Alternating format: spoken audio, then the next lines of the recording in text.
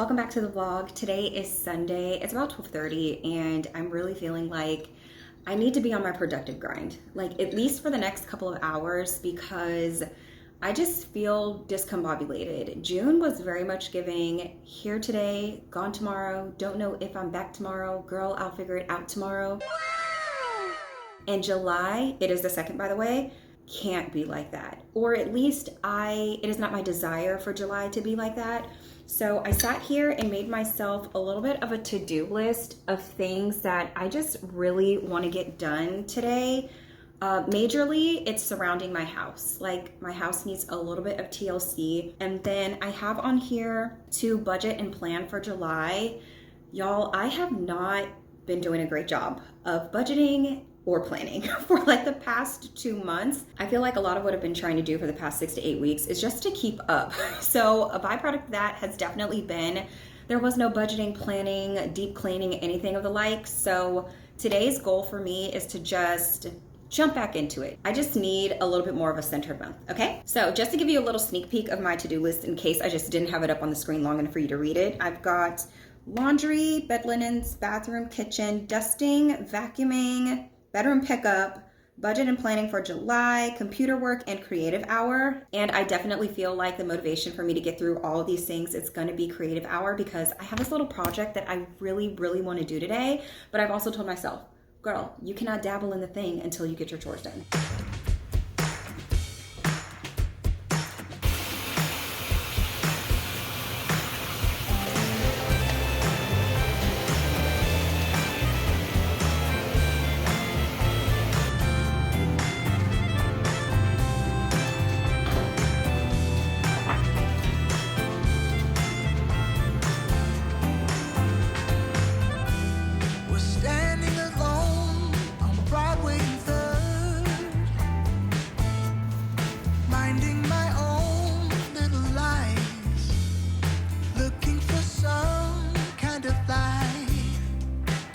When you caught me, I had in a smile I couldn't hide.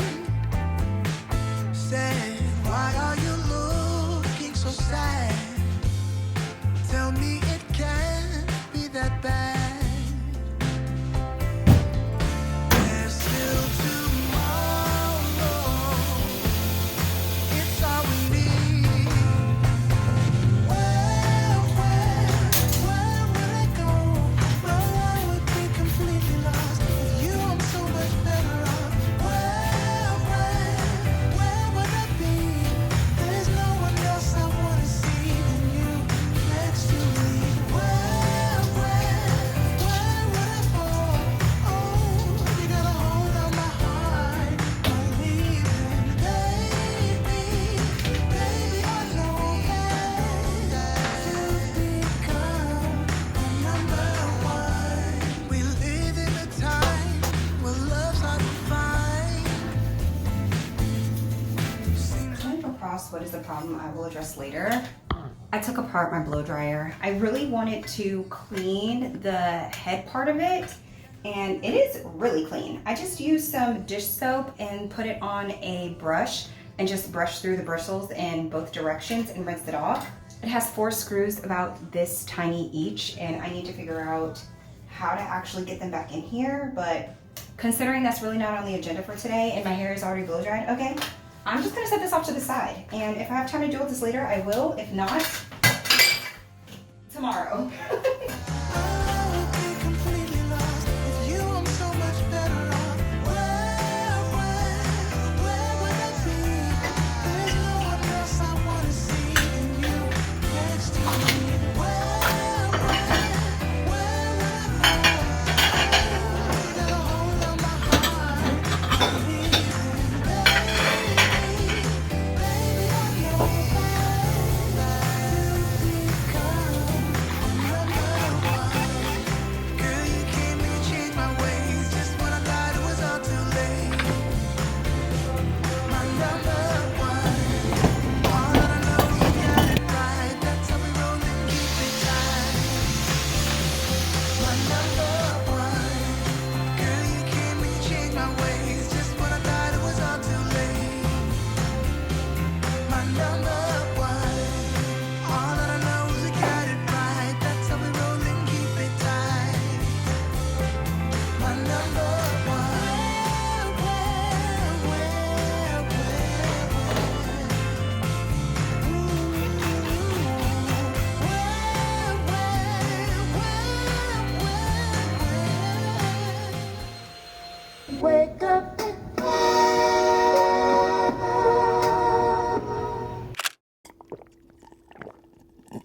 All right, let's get into the admin side of this reset. Full disclosure, I've done about 95% of this already because, again, all I did during the month of June was swipe my card and go about my business. So I logged into my banking websites and went through every single transaction up until the 30th of the month. The only thing that I have not done is go through my checking account just to make sure that I've got everything accounted for in there, because the transactions that go through my checking account it's any money that I send to other people, and then I also have my Target card linked to my checking account. So I need to do a sweep of that real quick, and then I'm going to show you how I do a budget check-in. I'm going to try and do like a screen recording on the iPad because the way that I did it this month was not in my planner. This whole entire section for the month of June was just blankety blank blank blank. So what I ended up doing was creating like a Google Sheets document to log all of my transactions, and I did it that way. But I'm going to show you on a screen recording of what it would look like if I did it in my notebook.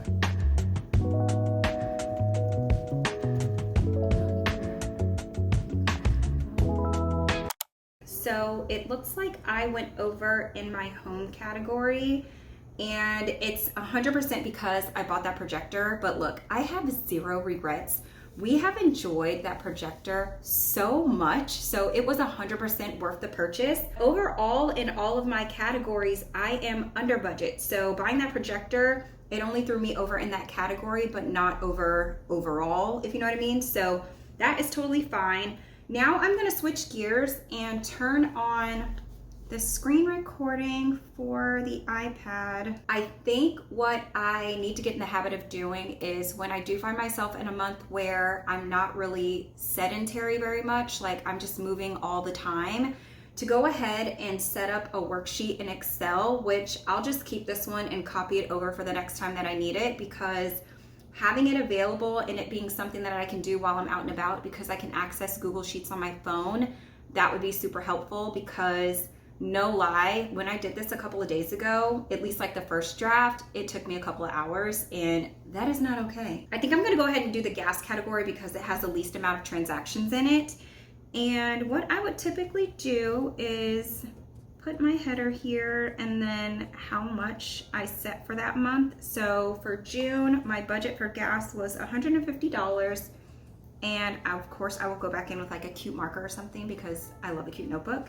Every time I do my budget check-in, which I really try and do it at least 2 to 3 times per week, if I find that I'm like swiping left and right, I will do it more. But then again, you just saw in June, I didn't do it at all. So the goal is at least 2 or 3 times a week, but I will get all of my receipts. And if I don't have my receipts, I'll crawl through my statement and put them down in the order that I spent the money. So on the 2nd, I got gas from Costco, and that was $14.73.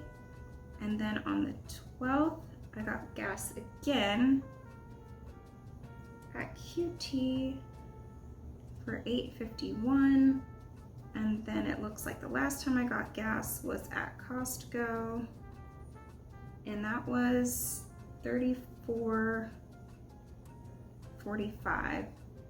And then from there, I'll go ahead and do the math to tell me how much is left in my budget for gas, which I've already done it up here, so I'm just gonna copy it down. $92.31. And typically, let's say this is like the first week of the month and all these transactions, I know I'm not gonna get gas all that much in the first week, but work with me here. If they were all in the first week of the month, I would go ahead and put the date over here. So as of 6/10, so that I know the next time that I open my notebook, I have done my check-in up through the 10th. What also helps is having these dates over here too. But just in case it's been a couple of days since I spent money or whatever the case may be, I will write myself a little note over to the side that says as of whatever date. That is how I do my budget check-ins. So the next thing we need to do is a planner setup, and let's do some goals.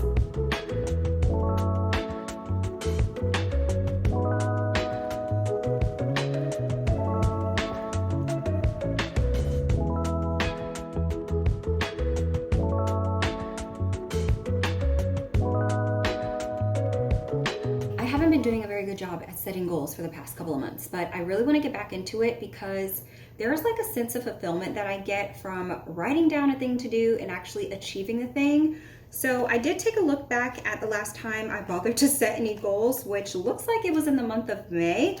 And some of those goals are going to transfer because they're just continuously transferable goals. So things like setting a savings goal and how I'm going to get there. I am going to continue to do my budget check-ins twice a week. Hopefully I can actually do that this time. July is looking like a much slower month, so I don't see why I can't manage that. Another goal that I'm going to roll over are my 3 times a week workouts, because that has also kicked the bucket in the last several weeks and I want to get back into it. I'm going to add doing hot yoga twice a month. Y'all, I bought that yoga pack 2 months ago.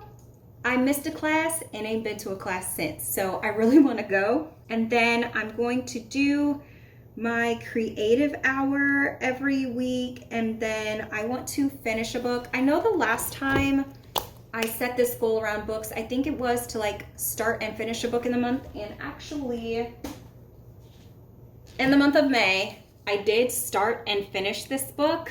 I think I may do like a quick-ish book review because I still owe y'all a review on ACOTAR series, and I'm just gonna throw this one in at the end because it is by the same author, Sarah J. Maas. In the month of June, I started, oh my gosh, I have them backwards, child. Okay, this was the first book that I read. In the month of May, I started and finished this one. This is the House of Earth and Blood, Crescent City. In June, this is the book that I started. This is House of Sky and Breath, and I'm about, I don't know, I'd say a little bit over a third into it. So I really want to finish this book for the month of July. And then also what I want to do is finish this book in the month of July. And then for August, I would really like to pick a lighter read. You know what I mean? These books that I have been reading as of late, this one itself is 700 and, what is that, 97? Oh my gosh, it's more. Hold on.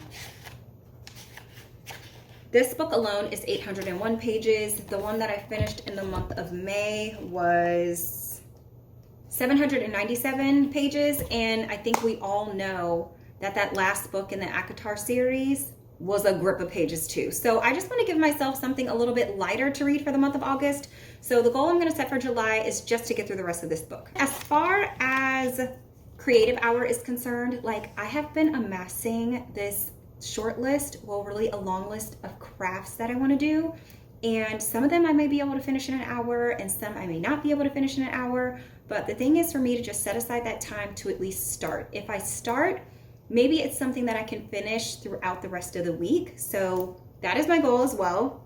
I had a goal for the month of May, I think, to post 5 videos, and I think I did it. In the month of June, I would guess that my goal would have been the same, but I only posted 4. For July, I would like to post 5 videos.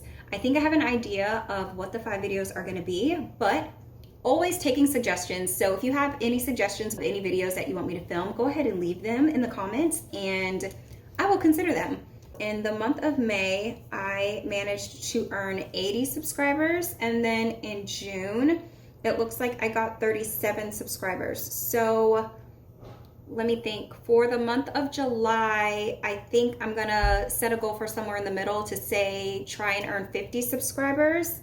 I know my posting was a little bit sporadic in June, which may be the reason why I didn't quite make it to another 80 subscribers, but in July, the goal is to be better. We're gonna post 5 videos, and I'm gonna set myself a goal to get 50 subs. All right, well, that is gonna wrap up the admin part of this vlog. I'm working today, so I need to sign back in for work, but that also means that I'm gonna have time after work to do this little crafting project that I've been wanting to do. So let me get back to work, and I'll see you in a bit.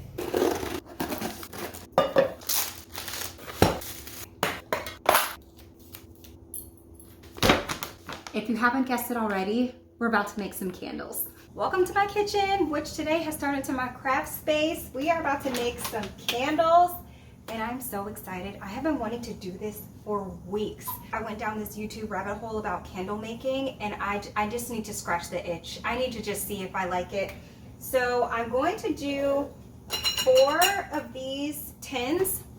They are the 4-ounce tins from Amazon. I will put the link in the description box. I think 4 is a great number to start with. Honestly, that kit that I bought from Amazon, it might be like 20 tins in the box. I don't know, it was just some outrageous number, but I have a feeling that I'm going to really enjoy candle making because it is very adjacent to baking to me, because you have to be very accurate with your measurements. And when I bake, I usually bake in grams, and when I'm making candles, I feel like a lot of people use grams instead of ounces, so I think this is right up my alley. Anyway, the fragrances that I am going to try and use, just one actually. I'm gonna go for the Magnolia Leaf and Tonka from Brambleberry. Based on my internet research, and by internet research I mean Reddit, apparently there is 1 ounce of fragrance in here. And based on like the little equations and stuff that I was doing, this is going to be my limiting factor. So once my water gets up to temp, I am going to put in, I don't know, maybe about 5 ounces of wax, which then I will convert to grams so I know what the gram weight is, and then start with that. And then I have to do a fill test to see how much wax I actually need to get to that line right there. And I'm using soy wax, by the way. Also some internet research. I've been watching videos on YouTube, and soy, for one, with candle making, soy is clean burning. I don't know if it's the cleanest, but most of the time the candles that I buy are made from soy wax, so I figured I would start there. That's 6.24 ounces, which I like even numbers, so I'm just gonna go for 6 ounces of wax. I'm gonna go ahead and wick my candles. These are wood wicks, and I got them off Amazon, so I'll link them below as well. And they came with, what do you call these? Wick clips. Also, this is not a tutorial, girl. I have no idea what I'm doing, but I'm gonna show you, okay? So I think you just push it in there so it ends up looking like this. And then I had to order these separately. These are wick stickers. They kind of feel like styrofoam. So I think you're supposed to take, oh, that is really sticky, the sticky side and center this guy. Okay, like that right there, and then peel off the sticky part on the back. And then try your best to find the center and put it in there. So I think that's just about the center. So I'm gonna do that to these other 3. And then once I feel like this water is up to, like, you know, a simmer or whatever, then I will go ahead and start with the wax.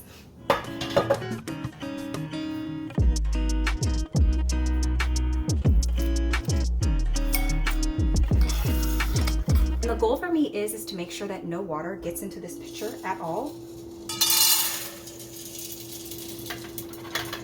Oh, I want all of them little beads. Get out of there. And I'm just gonna set this off to the side. And then I'm gonna watch it because, again, I don't want any water in here. Y'all, I'm about to use my regular kitchen thermometer. I hope that this does not smell like wax afterwards or have any remnants, because then I'm just gonna have to use this for candles. So I'm taking a risk right now. I feel like the videos I was watching recommended either a wooden, a silicone, or a stainless steel spoon. This is what I have, and honestly, I'm glad to put this to some use because I've had it for so long, and I ran it through the dishwashing cycle and it warped. So I am more than happy to use this for wax testing. The wax is legitimately starting to melt already. Well, honestly, there's not a lot in here, so I'm gonna watch this and then do a fill test in one of the tins.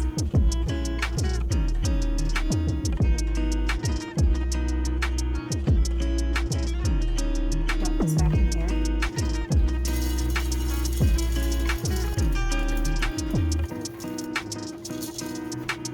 Based on my calculations, I need 25 grams of fragrance oil, and I'm gonna be honest, I don't even know if that's how much is in here.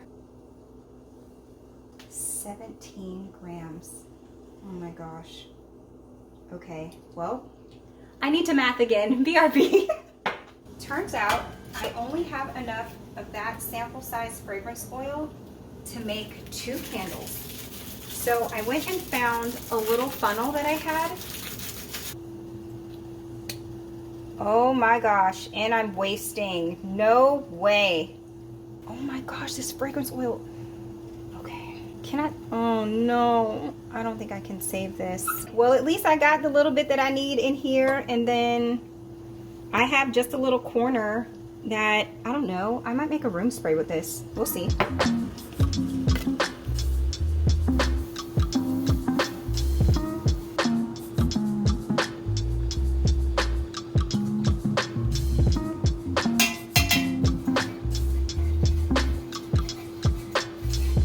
This smells so good. Oh my gosh. The back says to pour at 160, but the Brempler video was saying to pour at 135, so I think I'm going to split the difference somewhere and pour at 150. I think that's a good compromise. Obviously, I'm getting impatient. I just want to pour my little candles. So I'm just going to go ahead and pour now. The temperature is at, let's see if I can show you. The temperature is at around 155, which I think is close enough to 150. And my math is saying I need 86 grams per candle. So let's see.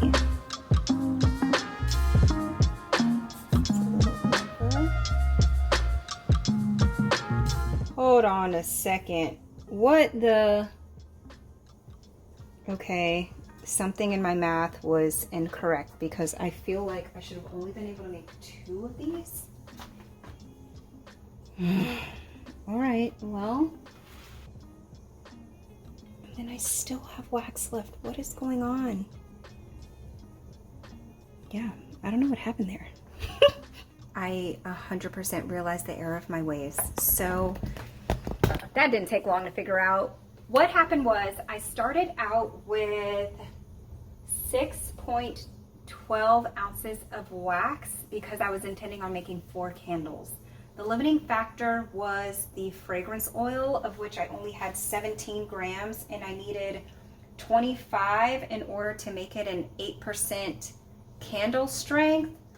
So what I did was I did not remove the extra wax from the pitcher before I added the fragrance oil. So yeah, I think the fragrance oil strength is somewhere between 5 and 6%, which means these candles really ain't about to smell like anything. Oh my gosh, that is so annoying, and annoying to the point where I'm about to run it again, but I'm gonna use a different fragrance this time. I'm about to go back in with Sultry Black Jasmine for the second round. And I mean, what I'm gonna do is gonna be the exact same, except I'm gonna measure the wax a little bit differently, but I'll be back when they're all done.